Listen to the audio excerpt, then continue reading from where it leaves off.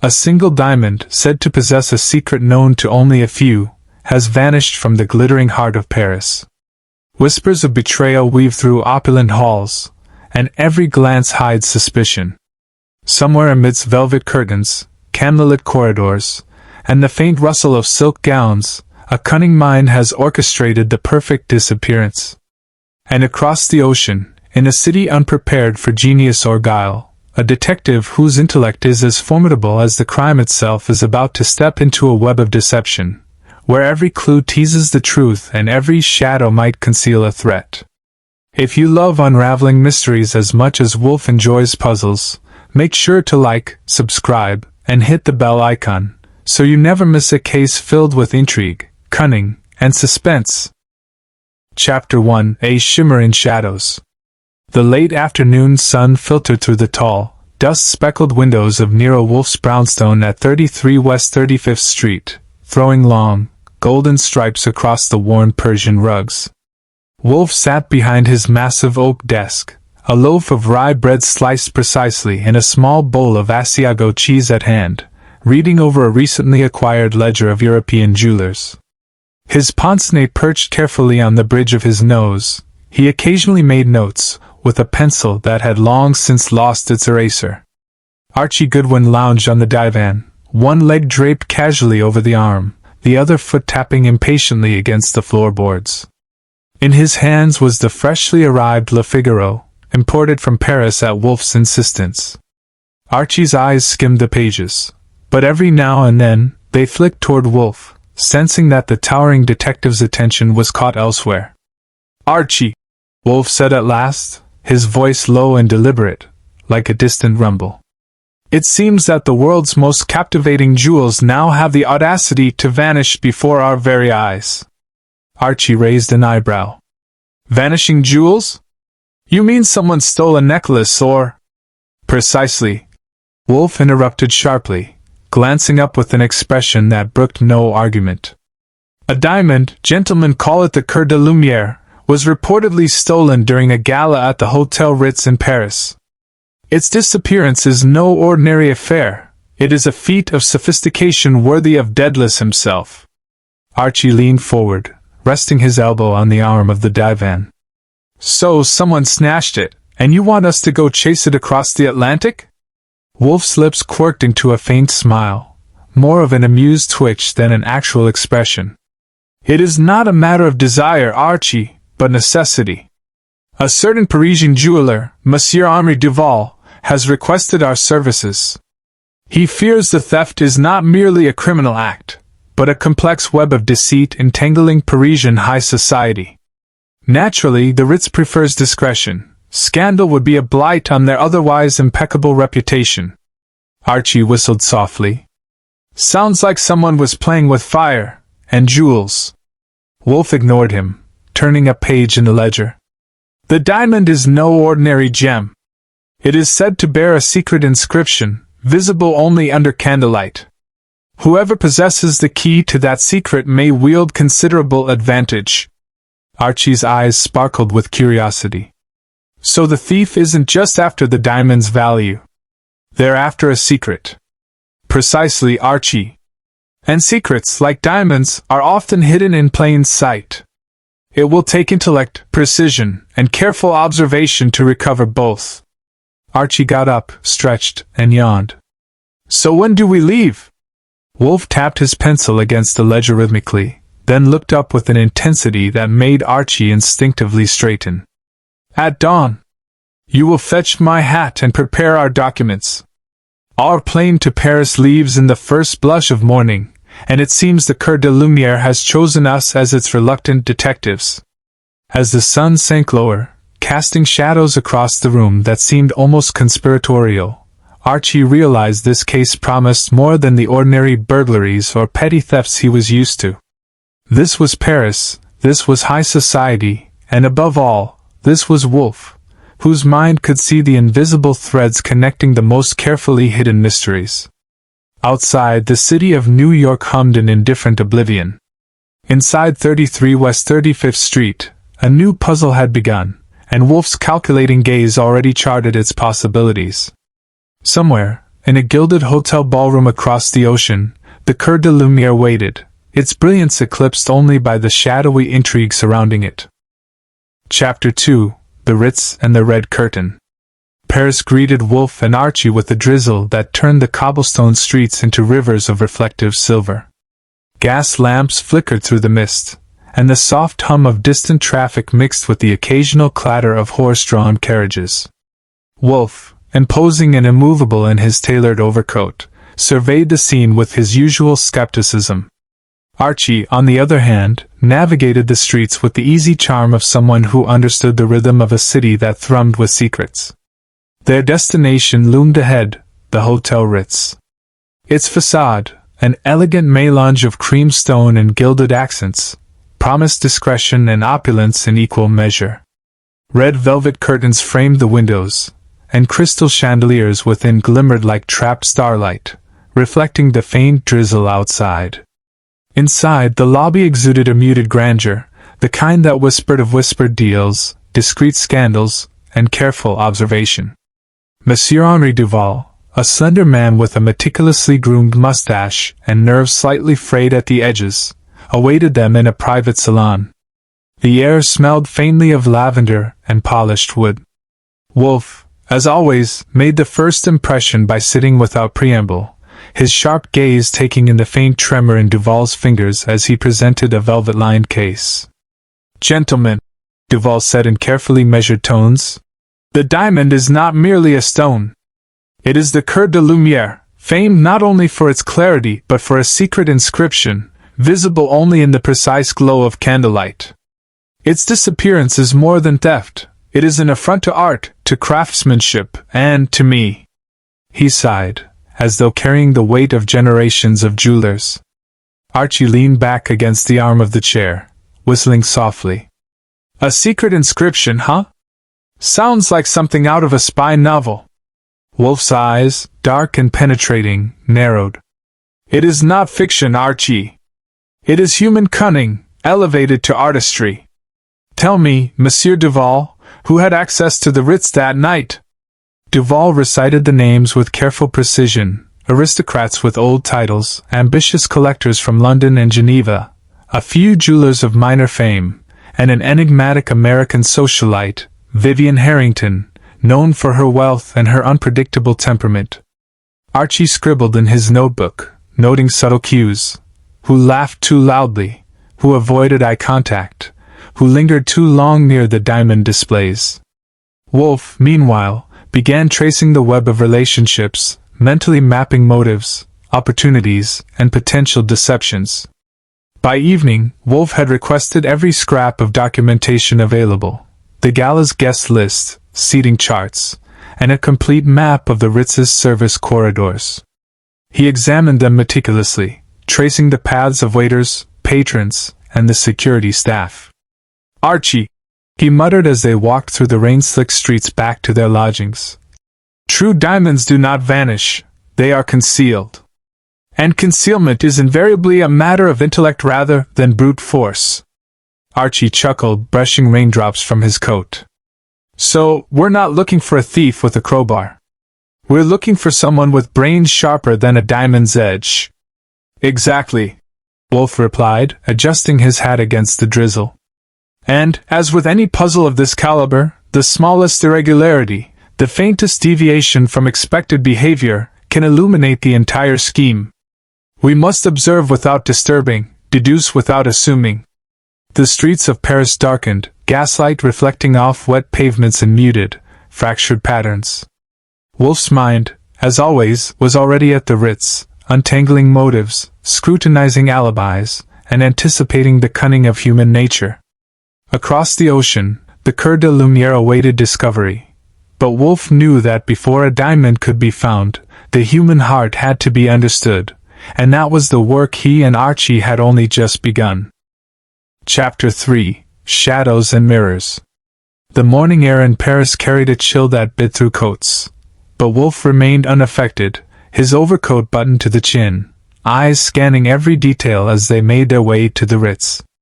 Inside, the hotel seemed unchanged from the night before. Its red velvet curtains hung heavy, chandeliers refracted the muted light, and the polished marble floors reflected every footstep with exacting precision.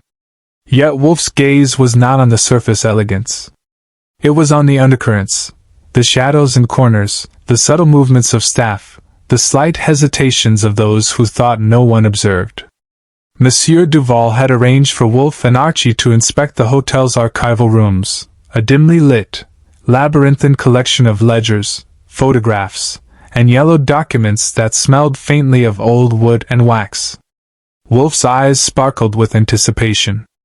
"Archie," he murmured, "these archives are a goldmine of human folly disguised as meticulous record-keeping." Archie followed him inside, scanning the narrow rows of shelves, each stacked with bound volumes and dusty boxes. The detective moved like a predator among prey, picking up ledgers, photographs, and gala invitations, turning each over in his hands. Wolfe's method was deliberate. He noted dates, traced the paths of jewelers, and studied seating arrangements, all while Archie catalogued people and moments that seemed odd or out of place. Hours passed in quiet scrutiny. Wolfe's sharp gaze caught subtle anomalies. A maitre d' unusually tense the morning after a gala, a guest who had departed abruptly without explanation, and inconsistencies in the staff rosters during events where valuable jewels had been displayed. "Observe, Archie," Wolfe whispered, tapping a ledger with his pencil. "This pattern emerges. Whenever Duval's gems are exhibited, one piece, a diamond, is invariably missing afterward. Yet there is no sign of forced entry. The theft is not physical, it is psychological, almost theatrical." Archie leaned closer, intrigued. "So it's not about brute force. It's about trickery and timing." "Exactly," Wolfe replied. "And notice the subtleties, the diversion of attention, the precise manipulation of human behavior. Every gala has its invisible choreography, and the diamond disappears as part of the performance, hidden by shadows, mirrors, and the gullibility of those who assume visibility equals security." Later, Wolfe requested detailed blueprints of the Ritz's service corridors and staff quarters. He traced the movements of the waiters, bellhops, and the security team, noting how the slightest misstep could be exploited. "Archie," he said finally, "human patterns are predictable yet fragile. Once a person deviates from their habitual course, even slightly, it becomes the fulcrum upon which the entire crime pivots." Archie, notebook in hand, scribbled furiously. "So we're watching shadows and mirrors, huh? Sounds like something out of a magician's handbook." Wolfe allowed a faint smirk. "Precisely. And in this case, the magician is the thief, and the audience is Parisian high society. Our task is to decipher the illusions and reveal what is intentionally hidden in plain sight." As night fell over Paris, the city's gas lamps threw long, trembling reflections across the wet streets. Wolfe sat in the archives, surrounded by centuries of records, a faint candlelight flickering against the walls. Somewhere in the opulent Ritz, the Coeur de Lumière waited, its brilliance masked not by darkness, but by the clever manipulation of human perception. And Wolfe, as always, would see what others could not. Chapter 4. The Diamond's Whisper. The Ritz had settled into its familiar evening rhythm, the gentle clatter of silverware, murmured conversations in half-light, and the distant tinkling of a piano echoing through the grand halls. Wolfe, as always, remained the still center of observation, seated in a discreet corner of the salon, his sharp gaze sweeping across the room. Archie, blending effortlessly with the patrons, moved among the guests with practiced charm, listening, watching, and subtly probing. Wolfe's eyes, cold and precise, caught an exchange too fleeting for most. Vivian Harrington, the enigmatic American socialite, leaned toward the maitre d', Georges Bellamy. Her whisper was inaudible to anyone but Wolfe, yet the subtle nod Bellamy gave in response, a tilt of the head almost imperceptible, spoke volumes. Wolfe noted the direction of Bellamy's hand as it moved toward the wine cellar, just briefly enough to avoid detection. Archie returned a few moments later, his notebook full of observations. "I saw Madame Clarice Dubois," he reported. slipped something small and velvet-like under her coat as she moved past the display case. She didn't think anyone noticed, but I did. Wolfe, leaning back slightly, allowed a faint smile to tug at the corners of his mouth. A perfect sleight of hand. Bellamy diverts attention. Du Bois executes the maneuver. Harrington observes, calculates, perhaps even plans a subtle leverage. Hours of quiet observation had produced a pattern. Wolfe noted who lingered near the diamond display, who avoided the lighting strategically, and who seemed unconcerned when the jewel's velvet case was empty. The interplay was delicate, a silent ballet of deceit and subtle signals. Later that evening, Wolfe requested the Ritz staff to reconstruct the display in the same arrangement as during the gala, under dim candlelight. One by one, he observed the diamonds through precise angles, the flickering flames revealing their faint reflections in unexpected ways. Then, at a specific angle and in the correct light, a subtle shimmer appeared, not in the case that had been empty during the gala, but among the seemingly ordinary stones. The cœur de lumière was there, its secret inscription hidden by a reflective overlay that obscured it from casual view. Wolfe rose, his expression one of triumph mingled with restrained amusement. Archie observed. The diamond never left the Ritz. It was hidden in plain sight, concealed by both light and expectation. The thief relied on human distraction, not stealth or brute force. Archie, eyes wide, shook his head. So all this, the whispers, the nods, the velvet case, it was a grand performance to hide a diamond right under everyone's noses. Exactly, Wolfe replied, adjusting his pince-nez. The brilliance of this scheme lies not in the theft itself, but in the manipulation of perception. Every glance, every small movement was designed to mislead. And yet, all illusions leave traces, traces I intend to follow to their origin. By the end of the night, Wolfe had reconstructed the gala entirely in his mind. The subtle diversions, the psychological maneuvers, and the precise concealment of the cœur de lumière. All that remained was to expose the culprits, and illuminate the human cunning behind the theft. As Paris slept under a cloak of mist and gaslight, Wolfe and Archie retreated to their lodgings, their minds alive with possibilities. Somewhere in the gilded hallways of the Ritz, the diamond gleamed quietly, a silent witness to human folly and a puzzle that demanded resolution. Chapter 5: Noir Illumination. The Ritz salon was quieter than usual that evening, a subtle tension threading the air. Candles flickered against the red velvet curtains, casting long, trembling shadows across the polished marble floor. Wolfe, standing in his characteristic immobility, surveyed the assembly of suspects with an unflinching gaze. Vivian Harrington, Madame Clarice Du Bois, Georges Bellamy, and a handful of others whose names now carried the weight of suspicion. Archie, ever the observant intermediary, moved among them lightly, noting every twitch, every micro-expression. "Gentlemen and ladies," Wolfe began, his voice calm, resonant, and unmistakably commanding. "You have been assembled here to witness a truth long obscured by shadows, mirrors, and human expectation. The diamond known as the cœur de lumière, rumored stolen, is, in fact, very much present." A ripple of surprise and suppressed murmurs coursed through the group. Harrington's eyes widened, and Bellamy's jaw tightened. Du Bois shifted uneasily, her hands fidgeting with the hem of her gown. Wolfe gestured toward a meticulously arranged display of seemingly ordinary diamonds. With a subtle adjustment of candlelight, carefully controlled and angled to reveal only what he intended, the cœur de lumière shimmered into view, its secret inscription gleaming faintly in the flickering glow. "Observe," Wolfe continued. "This diamond was never stolen. It was hidden, deliberately, among its less remarkable companions. The so-called theft was a test, a manipulation designed to reveal character, courage, and cunning." Archie's notebook captured every reaction. Bellamy's tension gave way to resignation. Du Bois' pale face suggested both guilt and relief. Harrington's sharp intelligence flickered with recognition. "Explain," Duval demanded, his voice a mix of astonishment and relief. "Why?" Wolfe allowed a rare, wry smile. Greed and curiosity are rarely straightforward.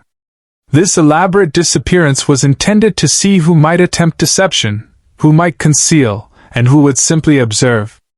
Each participant played a role in this intricate performance, some knowingly, some unwittingly.